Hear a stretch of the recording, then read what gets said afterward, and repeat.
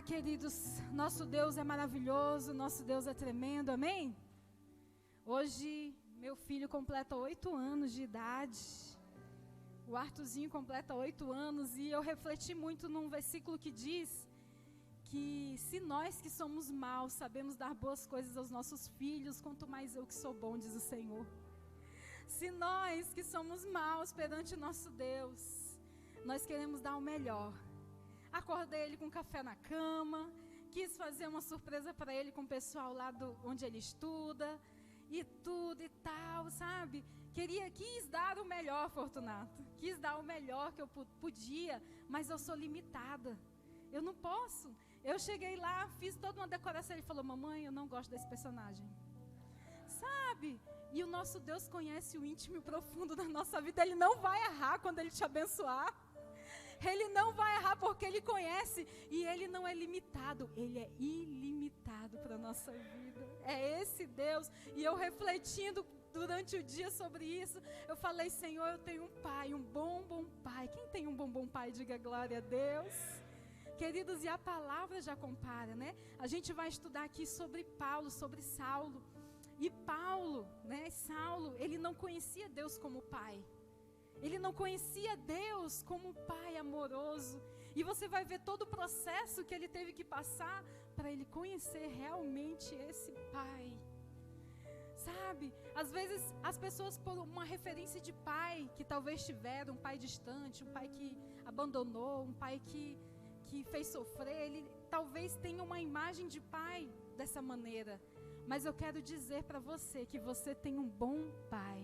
E esse pai te ama, e ele não vai errar quando ele te abençoar. Amém? Então vamos ler a palavra lá em Atos 9, capítulo 9. Amém, glória a Deus. Que diz assim. Já, irmãos? Atos 9? Glória a Deus.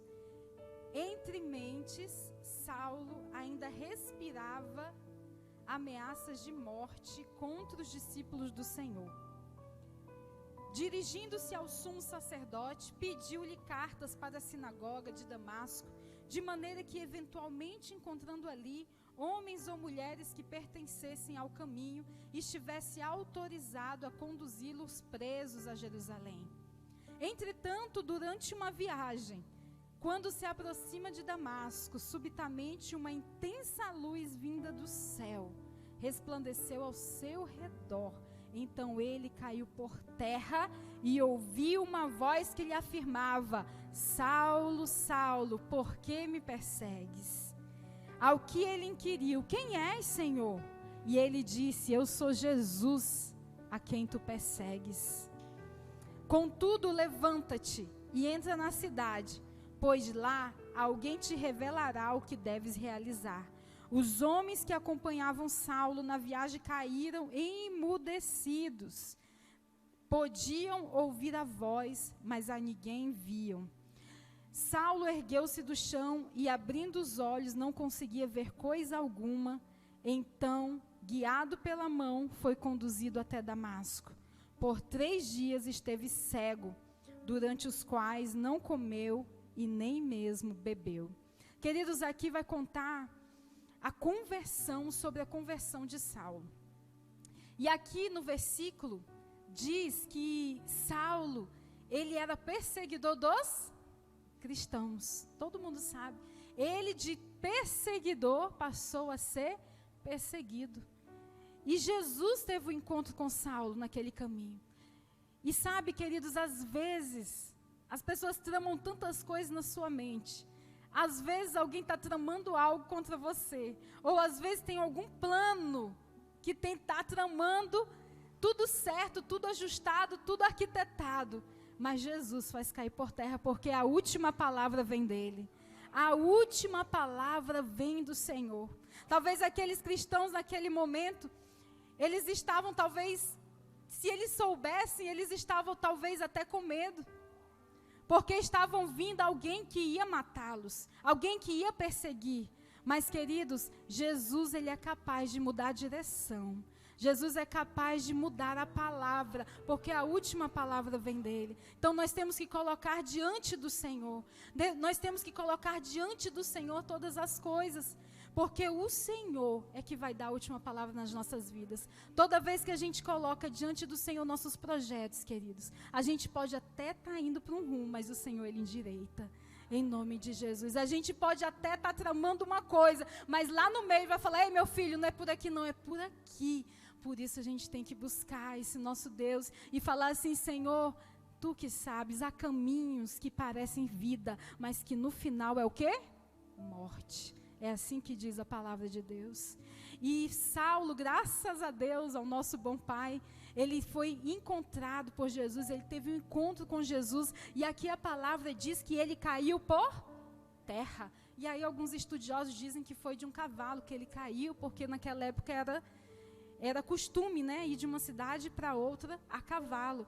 E diz que ele caiu por terra. E quantas coisas na nossa vida, no nosso interior, tem que cair por terra. O nosso ego, quanto que o nosso ego, queridos, tem que cair por terra, para a gente poder ir para a direção do Senhor. Às vezes a nossa vaidade tem que cair por terra, às vezes o nosso egocentrismo tem que cair por terra, às vezes até os nossos planos, os nossos pensamentos tem que cair por terra, o nosso eu tem que cair por terra, para podermos experimentar aquilo que o Senhor já preparou para nós. E Paulo, ele caiu por terra naquele momento, ele não podia continuar como ele estava. Ele não podia continuar da maneira que ele estava. Ele não podia continuar na mente com que ele estava. E o Senhor, o próprio Deus, fez cair por terra. E muitas vezes a gente cai por terra, queridos, mas é porque o Senhor quer levantar e quer dar uma nova direção. Muitas vezes dói no nosso coração. Muitas vezes a gente se encontra ali, imprensados na parede. Mas muitas vezes é o amor de Deus te constrangendo, fazendo a gente cair por terra, para a gente se levantar e seguir o caminho eterno, o caminho de Jesus. Amém, queridos? Porque muitas coisas passam na nossa mente, na nossa cabeça, os nossos planos, as nossas ideias, as nossas vaidades, o nosso orgulho, a nossa ânsia de reconhecimento, a nossa ânsia disso e daquilo ou daquilo outro. E o Senhor faz-nos cair por terra, mas não para ficar lá, para nós nos levantarmos e trilhar um novo e vivo caminho. E foi assim que aconteceu com Saulo. Ele caiu por terra. E se você acompanha a leitura, você vai ver que ele não podia comer, ele não bebeu, ele não enxergava. Isso tudo era um tratamento do Senhor. E talvez passemos por isso, a gente não vai entender nada, mas é o tratamento de Deus na nossa vida. A gente pode não estar entendendo nada, mas você vai falar: Senhor, eu confio em Ti. Eu sei que isso é tratamento, eu sei que isso vai passar. E eu sei que eu estou nas Tuas mãos, meu Deus. E sabe, queridos, uma hora o Senhor, Ele vai abrir os teus olhos e você vai ver muito além. Muito além. Você vai ver coisas que você não conseguia ver antes. E foi assim com o nosso querido Saulo. E no versículo 10, vamos continuar lendo. E havia em Damasco um discípulo chamado Ananias. Diga, Ananias. O Senhor chamou em uma visão Ananias, diante do que prontamente respondeu: eis-me aqui, Senhor. Olha que lindo, gente. Às vezes Deus tem que chamar tantas vezes, né? Maria, olha, Maria, ô Maria, Valéria. Pelo amor de Deus, gente. Valéria, vai, Valéria. Ô, Valéria, eu já te disse, minha filha, vai. Sabe? E Ananias, Deus chamou uma vez. E o que Ananias fez? Prontamente respondeu: eis-me aqui, Senhor. Você pode dizer: eis-me aqui, Senhor? Eis-me aqui, Senhor. Então o Senhor lhe disse: apronta-te e vai à rua que se chama Direita. E procura na casa de Judas por um homem de Tarso chamado Saulo. Eis que ele está em oração nesse momento. Olha só a transformação de Saulo. E acaba de ter também uma visão na qual um homem chamado Ananias se aproxima e lhe impõe as mãos para que volte a enxergar. Saulo poderia não estar vendo fisicamente, mas ele estava vendo. espiritualmente, ele via muito mais. Todavia, Ananias replicou: Senhor, tenho ouvido vários testemunhos sobre esse homem. Quantos males tem causado aos teus santos em Jerusalém? E ele chegou aqui com toda a autoridade dos chefes, dos sacerdotes, para prender todos os que invocam o teu nome. Porém, o Senhor ordenou-lhe: vai, pois ele é para mim um instrumento escolhido. Oh, aleluias! A fim de levar o meu nome diante dos gentios e seus reis e perante o povo de Israel. Revelarei a ele tudo quanto lhe será necessário sofrer por causa do meu nome. Então Ananias foi, e entrando na casa, impôs sobre ele as mãos, declarando: Irmão Saulo, o Senhor Jesus lhe apareceu no caminho por onde vinhas, enviou-me a ti para que tornes a ver e fiques pleno do Espírito Santo, ou cheio do Espírito Santo. Imediatamente lhe caíram dos olhos algo parecido com uma escama, e ele passou a ver de novo. Em seguida, levantando-se, foi batizado. E depois de alimentar-se, ganhou novas forças. E passou vários dias na companhia dos discípulos em Damasco. Queridos, pensa num cara desacreditado, era Saulo.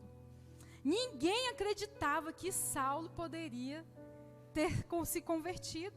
Ele perseguia, ele queria matar, ele queria prender os cristãos naquela época.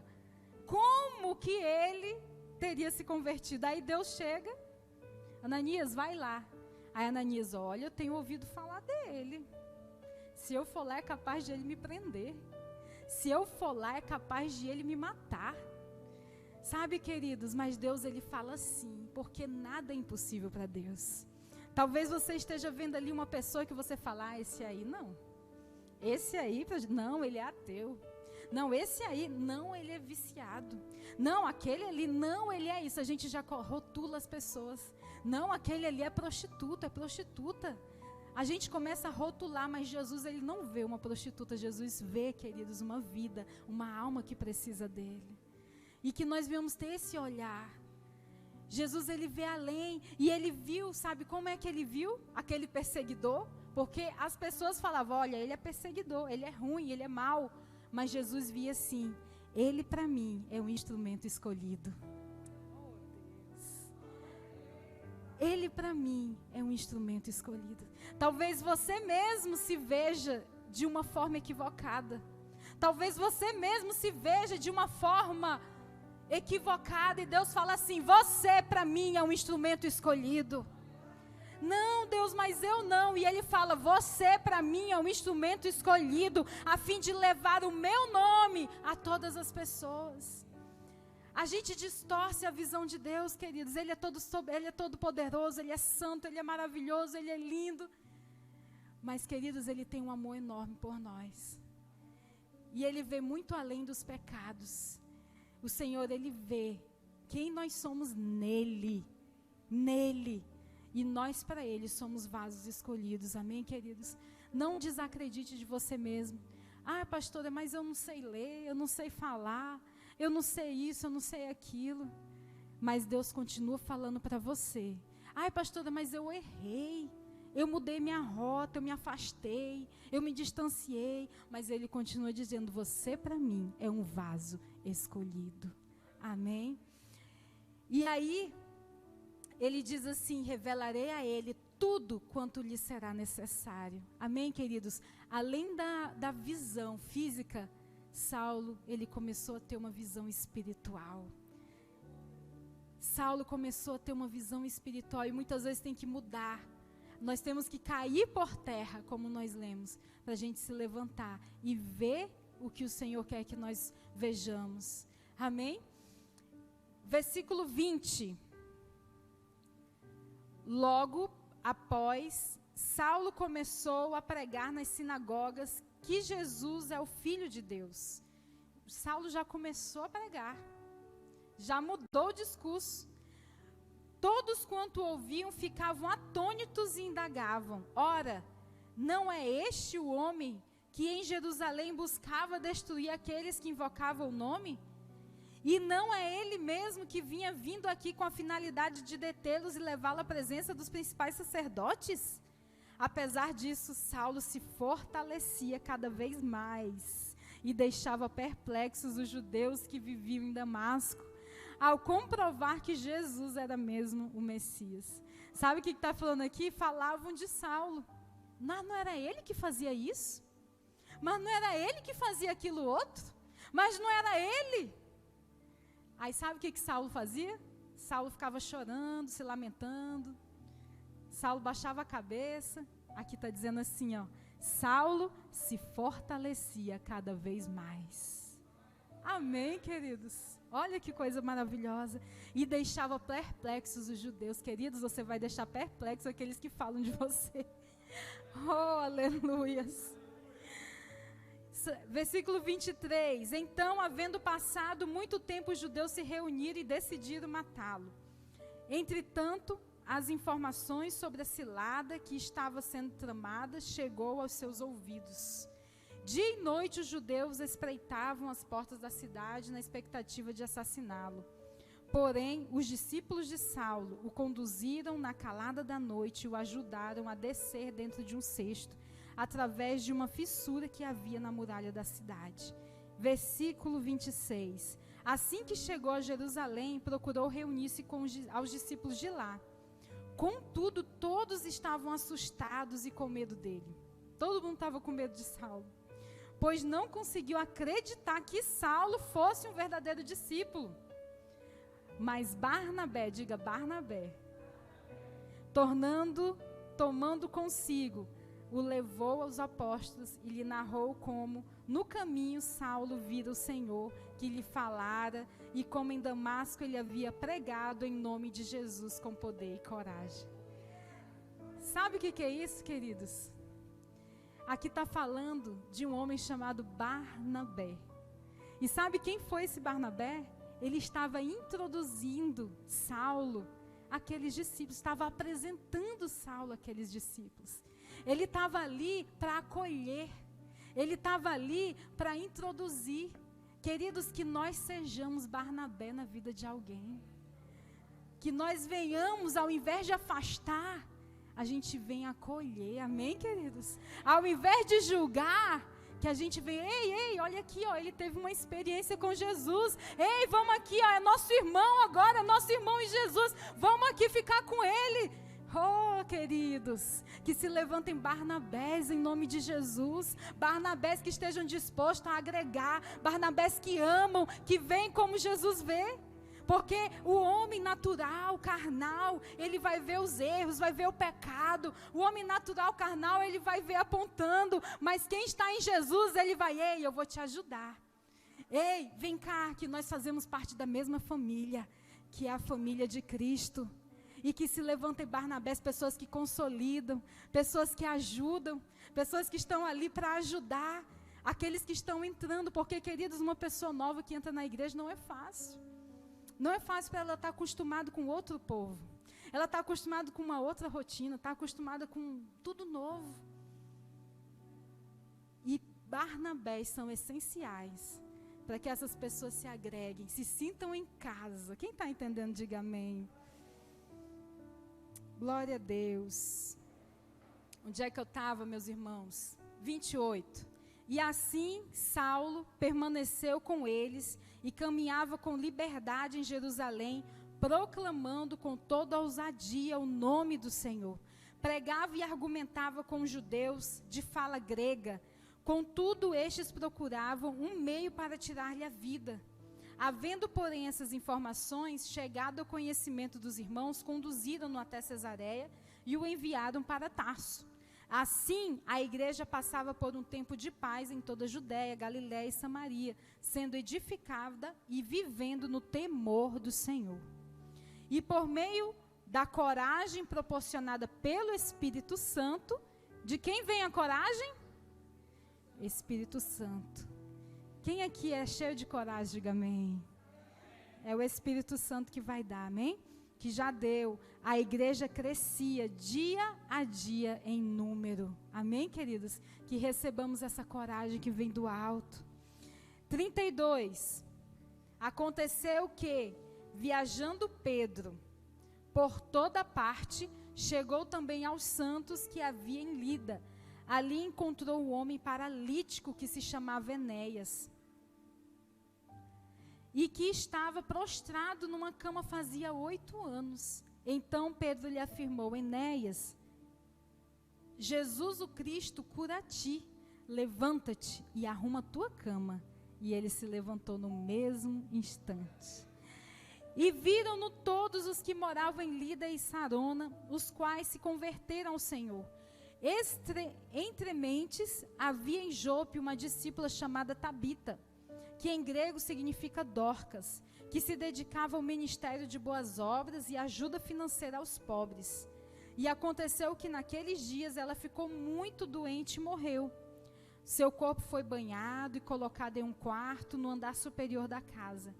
Como a cidade de Lida ficava próxima de Jope, quando os discípulos ficaram sabendo que Pedro passava ali, logo enviaram-lhe 2 homens com o seguinte pedido: não te demores em vir até nós. Então, levantando-se Pedro, partiu com eles. Assim que chegou, levaram-no ao aposento do andar de cima da casa. Todas as viúvas o rodearam, chorando e mostrando-lhe os vestidos e outras roupas que Dorcas havia feito para elas enquanto estava viva. Pedro pediu que todos deixassem o quarto. Em seguida, ajoelhou-se e orou. Dirigindo-se à mulher morta, ordenou-lhe: Tabita, levanta-te. E ela abriu os olhos e, vendo a Pedro, sentou-se. Amém, Jesus? A seguir, ele lhe deu a mão e ajudou a colocar-se em pé. Então, chamando os santos, principalmente as viúvas, apresentou-a viva. Este fato tornou conhecido por toda a cidade de Jope, e foram muitos os que passaram a crer no Senhor. Pedro ficou muitos dias em Jope, hospedado na casa de um curtidor de peles, chamado Simão. E assim termina Atos 9, queridos. E a gente vê aqui que durante a conversão de Paulo, ele precisou de pessoas, sim ou não? Ele precisou de pessoas, mas Deus sempre vai enviar um Ananias, um Barnabé para nos ajudar. Deus sempre vai ajudar a enviar pessoas para nos ajudar a permanecer. E, queridos, e o próprio Deus, ele se encarrega e ele sabe tratar da maneira certa cada um de nós. Da maneira certa cada um, porque nós somos diferentes um do outro. E não é da mesma forma que o Senhor trata a mim, que Ele vai tratar você. E Deus é um Deus maravilhoso e poderoso. E Ele quer, queridos, Ele quer que todos se salvem. É o desejo do coração dEle.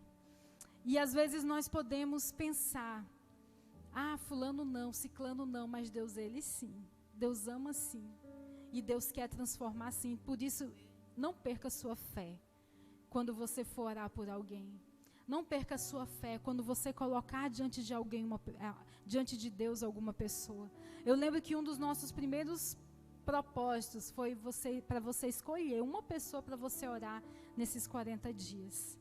E talvez você veja que foi piorar, talvez, né? Meu Deus, eu estou orando pela pessoa, foi se afastar de mim. Ou então, estou orando por uma pessoa, parece que está. Mas, queridos, não se preocupe, porque o Senhor, Ele está agindo. E é desejo de Deus alcançar aquela pessoa, amém? Você não fique pensando que a tua oração está indo para o ralo, não. O Senhor está recebendo a tua oração. Aquela pessoa, ela não é tão ruim que Deus não possa alcançar, não. Não existe isso, amém? Não existe isso. O Senhor é o Todo-Poderoso e Ele vai fazer a transformação no tempo certo e na maneira dEle. Amém, queridos? Vamos ficar em pé em nome de Jesus.